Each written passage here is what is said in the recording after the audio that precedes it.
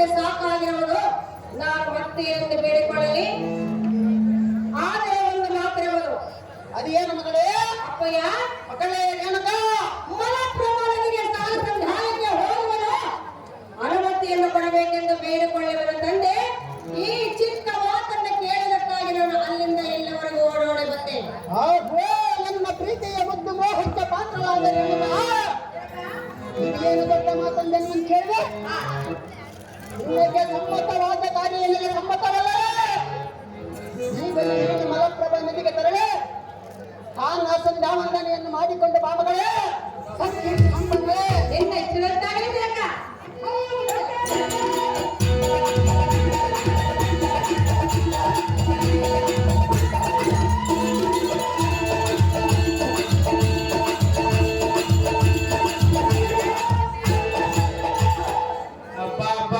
ಏನ್ ಮಂದಿ ಬದಲ ಮಾರಾಯ ನಮ್ಮ